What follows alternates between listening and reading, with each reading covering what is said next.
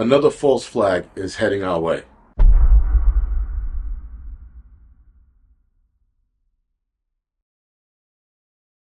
Now, guys, there seems to be a lot of talk on the internet as to whether or not there are going to be more false flags happening next year. And some channels are saying for the next few years, we're probably going to see more false flag events that are going to tailor this country into looking more communistic or authoritarian kind of state. And the truth of the matter is, guys, they're going to take it there, whether we like it or not. Now, for us not to get to that point where we become like China, we have to fight. So the false flags, though one part of me would say it's irrelevant, we do need to pay attention because these false flags that are happening could wind up hurting a lot of people.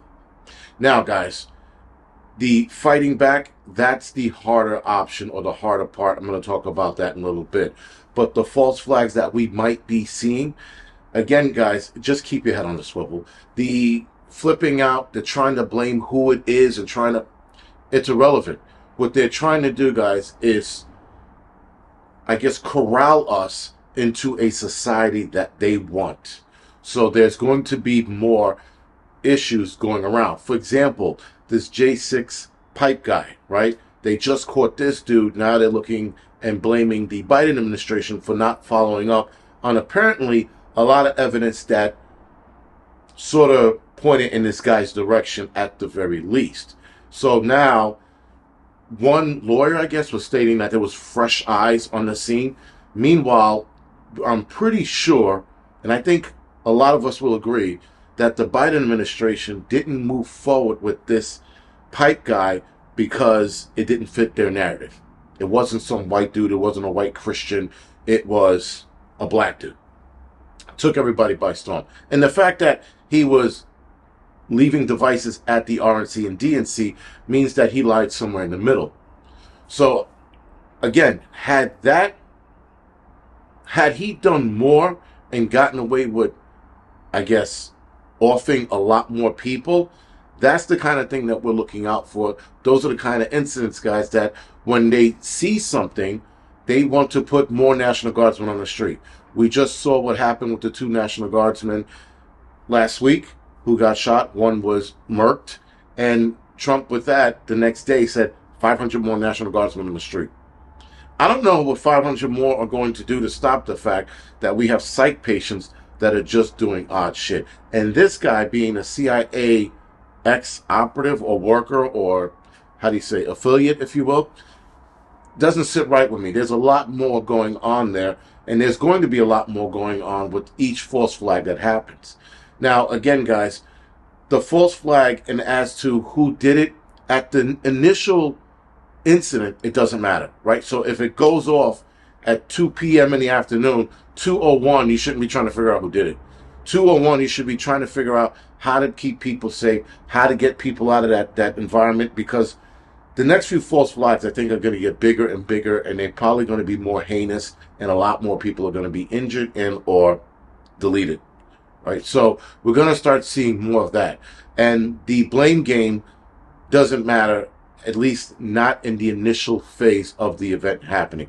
Once the dust settles, then we can start playing the blame game. Then we can start seeing where they're trying to go and which direction they're trying to corral us in. Because it's seemingly right now, guys, that for everything that happens, they're adding more security on the street.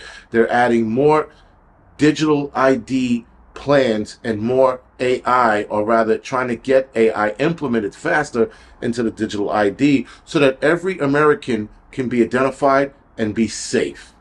Because that's initially what they're going to use the digital ID and AI for, is to make sure that American citizens are safe and that we're not attacked by whoever out there is trying to attack us. Who knows at this point? We hear Muslims are gearing up to attack us. Then we hear the Chinese come across the border. They're gearing up to attack us.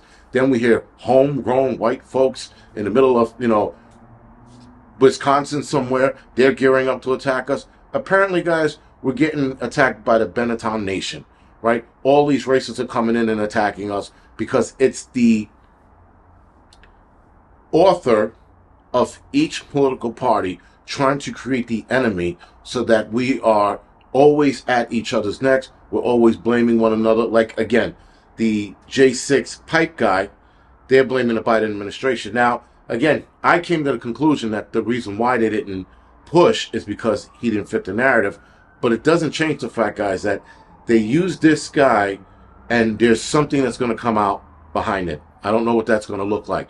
The National Guardsmen, they were murked, or one was murked, 500 more guards. The pipe guy, they're probably going to implement something that's going to keep Americans safe. Again, guys, all of this, the false flags, we're probably going to see more. But this is not for you to flip out. This is not for you to get nervous and stay home and become a sheltered shut-in. That's not the point of this video. The point of this video, guys, is that the point of this video is I want you to start recognizing which direction they're trying to push us in to try to gain more control. This is how we fight back.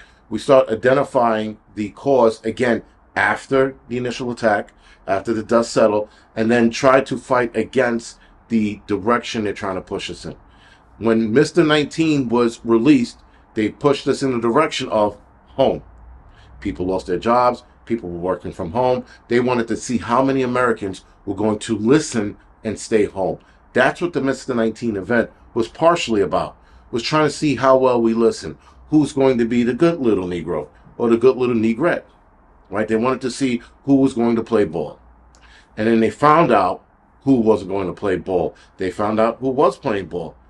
And now they're coming up with a master plan to separate us so that those of us who don't play ball, they know exactly who to fight or who to take it out on or who to set up whatever nonsense they're trying to set us up for. And then the good little people, well, they're going to be rewarded with whatever reward system they have going on for them or going to implement for them. But I tell you this now, the direction this is going, the false flags we're going to see, they're going to get a lot worse, a lot more dangerous, and a lot more heinous. It's just the after effect is what we need to be more focused on. That initial direction that they're trying to push us in to gain more control. If that made sense. Other than that, this is the Angry Prepper. Thank you for watching.